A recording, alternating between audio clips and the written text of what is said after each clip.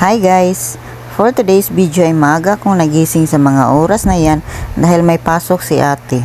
Nag-toothbrush muna ako para magising kasi naantok pa ako at sabay na rin maghihilamos ng mukha. Ito talaga ang ginawa ko pag hindi ako magmamadali. Mag-toothbrush muna bago pumunta dun sa may lutuan namin. Sa labas ako magluto kasi kung dito ako sa loob magluto natulog pa si Bunso at napakadali niyang magising. Kunting galaw mo lang ay gising na siya. Pasensya na kayo sa mga manok na nagtitiilokan kay dili ko mahuman ba og sige ko og usab-usab kay saba kayong mga manok. Halos lahat ng mga kapitbahay ko dito ay may mga alagang manok kaya napakaingay ng manok habang nagbo-voice over ako. At ayan, nagluluto na ako ng pambansang ulam natin. Wala kasi akong ibang mahagilap doon sa may rep namin kaya itlog na lang ang kinuha ko.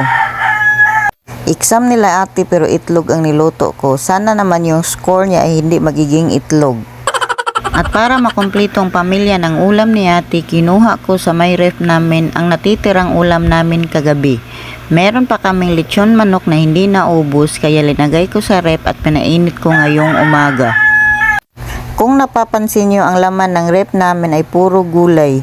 Wala kang ibang makikita dyan kundi mga gulay lang at saka prutas. Mahilig kasi sila mama ng mga gulay at saka prutas. Bihira lang po yan mag-stock sa ref namin ng mga ulam na baboy at saka manok kasi ayaw nila ng mga ganon. Gusto nila pagluto na fresh ang lulutuin mo, hindi galing sa freezer. Habang nagluluto ako, tinitignan ko muna sa camera ang aking mukha kung okay pa ba. Palagi kasi akong kulang sa tulog dahil kay Bunso kaya namamaga yung mga eye bags ko. Ganito pagkaluto ang gustong gusto ni ate, yung pagod-pagod ba. Pagkatapos ko magluto sa manok, nagdagdag pa rin ako ng 2 itlog para sa akin. Para mamaya hindi na ako magluto kasi matulog pa ako ulit habang natutulog pa si Bunso. Hindi kasi ako makapagpahinga kung hindi siya tulog kaya sulitin ko na lang ang oras na habang tulog siya ay matulog na rin ako. Pagkatapos ko magluto ay pinunasan ko muna ang mga talsik ng mantika.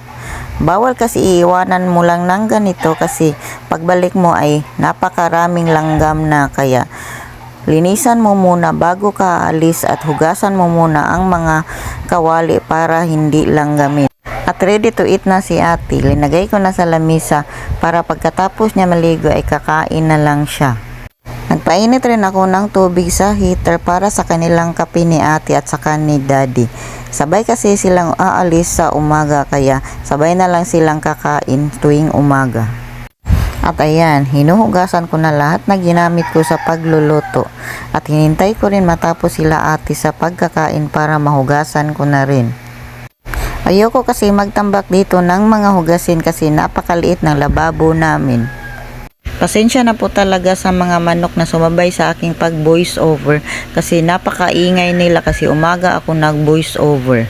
Kung hapon naman ako mag voice over ay napakaraming aso na nagtatahol kaya wala akong magawa kasi ang noise reduction ng CapCut ay nasa pro na, hindi na siya free.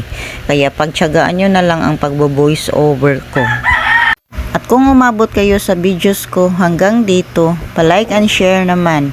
Yun lang, salamat.